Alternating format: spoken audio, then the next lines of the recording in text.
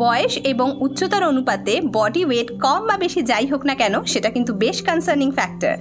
আজকে আমরা আলোচনা করব হাইটের অনুপাতে ওয়েট যদি কম হয় তাহলে কিভাবে ঘরোয়া পদ্ধতিতে সহজে একটা ব্যালেন্স স্টেটে পৌঁছানো যায়, অর্থাৎ healthy weight gain. Welcome to my channel miss dietician. আজকে আমি আপনাদেরকে এরকম 10টি খাবারের কথা বলবো যেগুলো ডেইলি ডায়েটে রাখলে খুব সহজেই কিন্তু ওয়েট গেইন করতে পারবেন। এদের মধ্যে 3টে খাবার অন্তত আপনাদেরকে প্রতিদিনের ডায়েটে রাখতে হবে, তাহলে 3 সপ্তাহে আপনি রেজাল্ট দেখতে পেতে শুরু করবেন। তবে মনে রাখতে হবে শুধুমাত্র ডায়েট করলেই কিন্তু হবে না, সেই সাথে প্রত্যেক দিন 10 থেকে 15 মিনিট অন্তত লো ইন্টেন্সিটি কার্ডিও এক্সারসাইজ বা ওয়েট ট্রেনিং করতে হবে।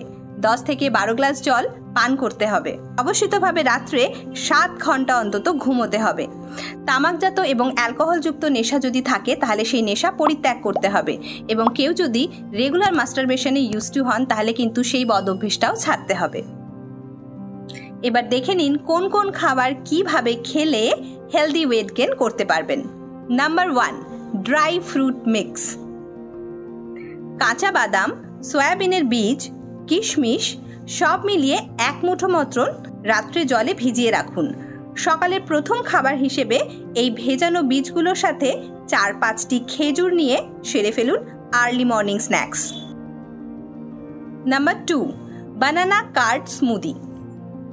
2-3টে যে কোনো কলা, 150 গ্রাম দই, পরিমাণ মতন জল, 1 চা চামচ সাদা তিল এবং 1 চা চামচ মধু একসাথে মিক্সারে ব্লেন্ড করে একটা স্মুদি বানিয়ে নিন। পছন্দ অনুসারে এতে এলাচ বা দারচিনি পাউডার 1 চিমটে মিশিয়ে সকালের ব্রেকফাস্টে সাইড ড্রিঙ্ক হিসেবে অথবা বিকেলবেলায় পোস্ট ওয়ার্কআউট স্ন্যাক্স হিসেবে খেতে হবে। Number 3, chickpea potato chaat. কাবলি ছোলা, আলু, রাঙা আলু এগুলো সব সেদ্ধ করে নিয়ে কুচনো স্যালাড, পাতিলেবুর রস, চাট মশলা এবং বাটার দিয়ে বানানো গরম গরম এই চাট সন্ধ্যাবেলার জন্য স্ন্যাক্স হিসেবে টেস্ট এবং ওয়েট গেইনের জন্য বেশ উপাদেয়। নাম্বার 4, ঘি। দুপুরে এবং সকালের খাবারে 1 চা চামচ করে ভালো দেশি ঘি অ্যাড করুন। ভাতের সাথে বা রুটিতে মাখিয়ে অথবা উপমা, পোহা বা সবজির প্রিপারেশনে কিংবা ডালের ফোড়ন হিসেবে ঘি অ্যাড করুন। নাম্বার 5, মিল্ক স্যাগো বা কার্ড স্যাগো। ছোট বা বড় দানা সাবু দুধের সাথে মিশিয়ে জাল দিয়ে পায়েস মতন বানিয়ে খেতে হবে। চিনির পরিবর্তে মিছরি ব্যবহার করতে পারলে অবশ্যই ভালো। যারা দুধ হজম করতে পারবেন না তারা সাবুদানা সেদ্ধ করে দই মিশিয়ে খেতে পারেন, অথবা সয়াবিনের দুধ, আমন্ড বাদামের দুধও নিতে পারেন। দিনের যে কোনো সময় নিজের সুবিধা অনুযায়ী খেতে পারেন। নাম্বার 6, মিক্সড ডাল। অড়হর, রাজমা বিনস, মুসুর, সয়াবিনের বীজ এবং খোসা সমেত মুগ ডাল সমপরিমাণে মিশিয়ে প্রেসার কুকারে সেদ্ধ করে নিন। 1 চা চামচ গরম ঘি ডালের মধ্যে মিশিয়ে নিন, অথবা 1 বাটি ডালের জন্য 1 চা চামচ ঘি ফোড়ন বা সম্বার দিয়ে নিন। নুন, মিষ্টি, হলুদ এগুলো যেমন আপনি পছন্দ করেন। ভাত বা রুটির সাথে দুপুরে বা রাত্রে খাবারে রাখুন এই প্রিপারেশন। Number 7, energy bar.